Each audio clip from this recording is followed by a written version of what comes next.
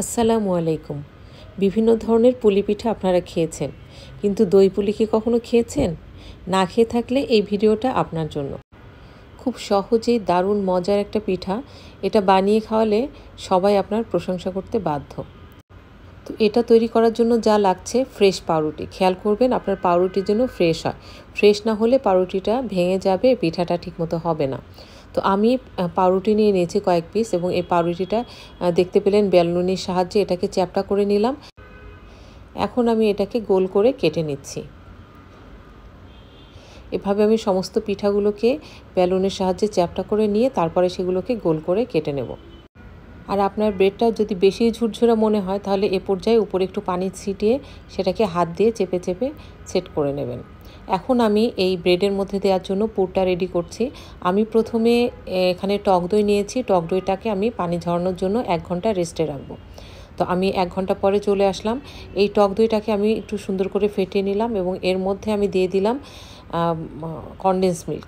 আমি যতটুকু পরিমাণে টক দই নিয়েছি তার হাফ কনডেন্স মিল্ক নিয়েছি, নিয়ে এটাকে সুন্দর করে মিক্স করে নিয়েছি। আমি পাউরুটিটার উপরে কিছুটা আটা 4 সাইড দিয়ে লাগিয়ে দিয়েছি, যাতে এটার মুখটা সুন্দর মতো লাগানো যায়। এবার আমি উপরে এই দইটা দিয়ে মুখটা সুন্দর করে সিল করে দেব।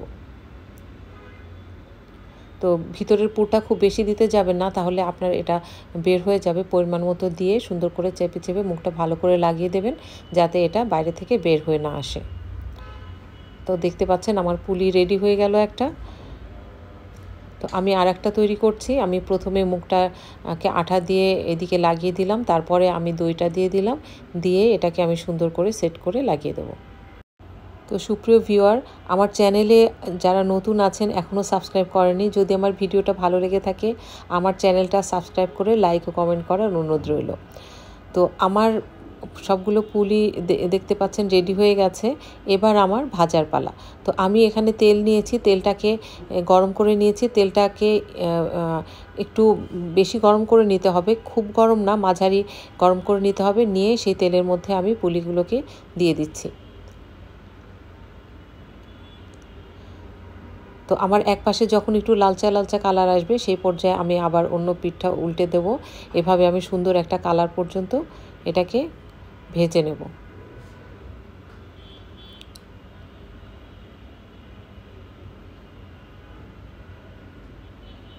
এটা ভাজতে বেশি সময় লাগে না, খুব দ্রুতই ভাজা হয়ে যায়। একটু খেয়াল করে ভেজে নিতে হবে, না হলে পুড়ে যেতে পারে। তো দেখতে পাচ্ছেন এটার কত সুন্দর একটা কালার এসেছে। তো আমার পুলিগুলো ভাজা হয়ে গেছে। এবার আমি এটাকে তেল থেকে তুলে নেব।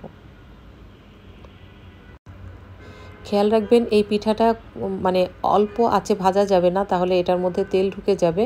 এটা একটু মাঝারি হিট দিয়ে এই পিঠাগুলোকে তাড়াতাড়ি ভেজে তুলতে হবে, তাহলে এটার মধ্যে তেলটা অ্যাবজর্ব কম করে। তো আমি এবার প্লেটিং করছি। দেখতে পাচ্ছেন আমার পিঠাগুলোকে কত সুন্দর লাগছে। এটা দেখতে যেমন সুন্দর হয়, খেতেও ভীষণ মজার হয়। আশা করি আপনি বাসায় ঝটপট এই পিঠাটা খুব সহজেই তৈরি করতে পারবেন। এবার আমি উপরে কিছুটা নারকেল দিয়ে এটাকে গার্নিশ করছি। এই পিঠাটা বানানোর সাথে সাথেই আপনারা গরম গরম খাবেন, এটা গরম গরম খেতে ভীষণ মজা লাগে। পিঠার উপরেরটা হবে ক্রিস্পি এবং ভিতরেরটা হবে মাখনের মতো। খুবই সুস্বাদু পিঠাটা, অবশ্যই আপনারা বাসায় ট্রাই করার অনুরোধ রইল। তো আমি এবার একটা পিঠা দেখাচ্ছি, এটা দেখতে কত সুন্দর হয়েছে। আমি এটাকে ভেঙে দেখাচ্ছি যে ভিতরের অংশটা কেমন হয়েছে। আমার পিঠা যে ভাজার পরে পিঠার ভিতরটা দইটা অনেকটা সেট হয়ে গেছে, দেখতে পাচ্ছেন, এবং এটা ভীষণ মজার। আপনারা বাসায় অবশ্যই ট্রাই করবেন। তো আজকে এই পর্যন্তই, আবারও দেখা হবে নতুন কোনো ভিডিওতে। আল্লাহ হাফেজ।